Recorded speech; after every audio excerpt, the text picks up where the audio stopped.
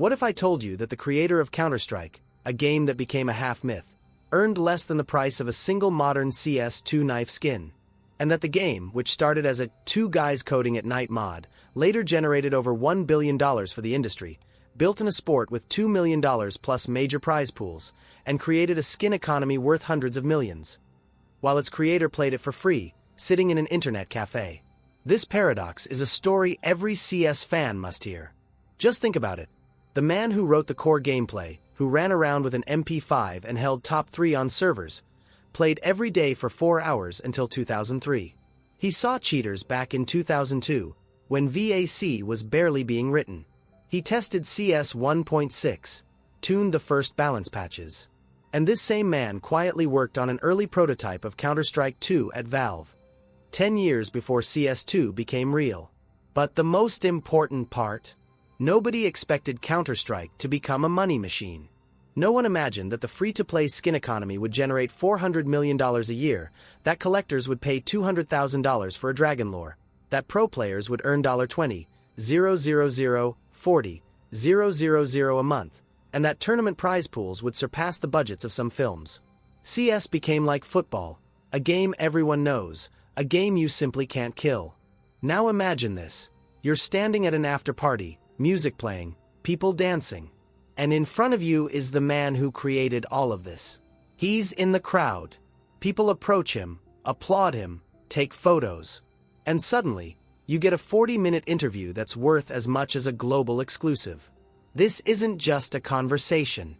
This is the inside story of Counter-Strike, one you will never hear anywhere else.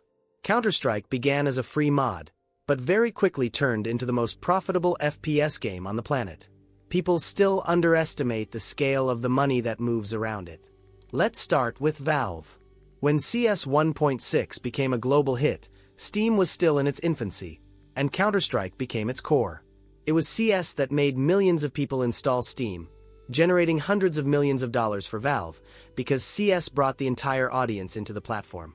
But the real financial revolution began later, with cases. The drop system introduced in CS Go created an economy unlike anything else. A skin market turnover, $2 to $3 billion a year. A rarest skins cost as much as cars. $80, 000, 200, 000.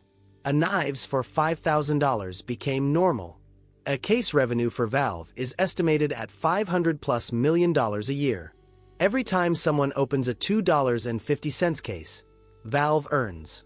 Every time you sell a skin on the marketplace, Valve takes a cut. CS is a perpetual money machine. Now, esports. Major tournaments turned into a global business. Prize pools, $1, 250, 000, 2, 000, 000. At tier 1 player salaries, $20, 000, 50, 000 a month. Organizations sign sponsorships worth millions.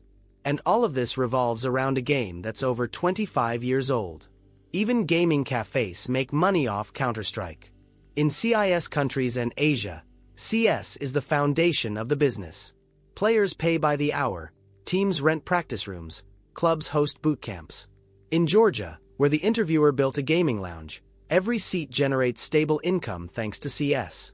Counter-Strike is not just a game. It's an entire economy that feeds thousands of people. Developers, skin artists, streamers, gaming cafes, tournament organizers, pro teams, and players. It's an ecosystem where the money never stops. Cheating in Counter-Strike isn't just a problem. It's a massive shadow market that makes so much money it's already being compared to a separate gaming industry. The worst began in 2002. As Min Liu, the creator of CS, said, "We had wall hacks, aimbots. It was really bad." Even back then, people earned thousands of dollars a month selling cheat software, in an era when the online market barely existed. Today the scale is different. Analysts estimate that the cheat industry for CS/Valorant/COD generates $60 to $80 million a year. Top private cheats cost $20-50 a month, and the elite ones, $100-200. The biggest cheat markets have tens of thousands of customers. Every ban is a loss for the player but profit for the seller. And this cycle never stops. Valve fights. VAC runs millions of checks every day, but it's a speed race. Cheaters write code, Valve analyzes, patches, cheaters adapt. You can't fully defeat this industry. It works like a virus.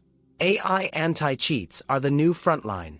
AI studies player behavior, reaction times, movement patterns, aim stability. But AI has a problem. False bans. And Minlu said it clearly. AI must work with a human. AI catches. A human confirms. Face IT uses another strategy. Paid access, trusted accounts, strict anti-cheat. Not perfect, but far cleaner. Stats show, the chance to meet a cheater in CS2 matchmaking is 20 to 30%, while on Face IT, 2 to 4%. Korea goes even harder. ID verification. Caught cheating? The passport is banned. You can never create a new account again. Impossible in Europe or the US due to privacy laws, but it would kill a huge part of the cheat industry.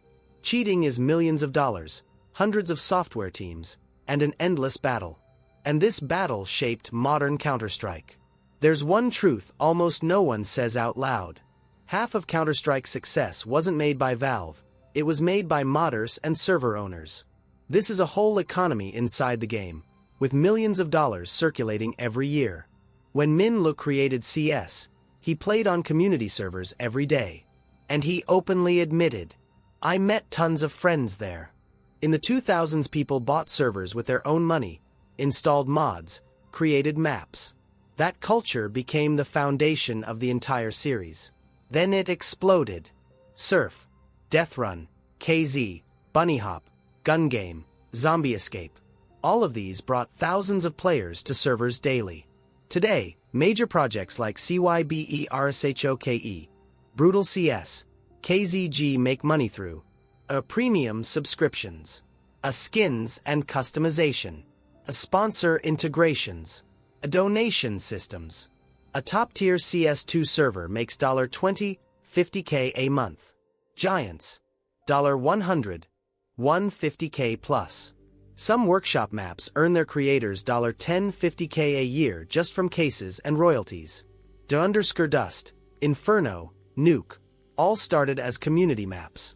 Valve realized the community was creating value money couldn't buy. The workshop, ratings, official rotations, all came from the power of modders.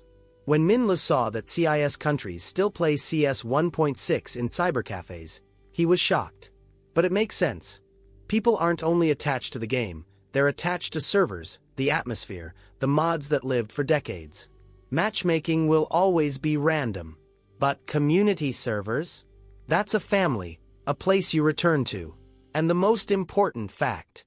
Without community-made modes, CS would have died long ago. Surf, Zombie, minigames, they gave the game life, content, and a unique culture. And today it's a business with hundreds of millions in turnover over a decade. Counter-Strike didn't just become a game, it became a financial ecosystem feeding dozens of industries. Valve earns more from CS than from most of its other franchises combined. And the reason is simple. Money flows inside CS non-stop. The skin economy is a gold mine. Every case is a printing machine.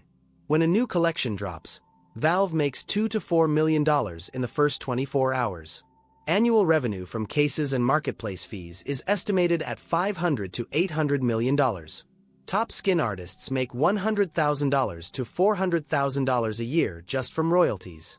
The skin market is even bigger. Rare items like Dragon Lore sell $4.50, $150K. And record-breaking knives have gone $4, $200, $300K. This is a full-scale economy no other game has ever created. Esports pushed CS to the next level. Prize pools grew from $30,000 in 2001 to $1 to $2 million for a major. Top pro players earn a salaries of $15, $40K/month.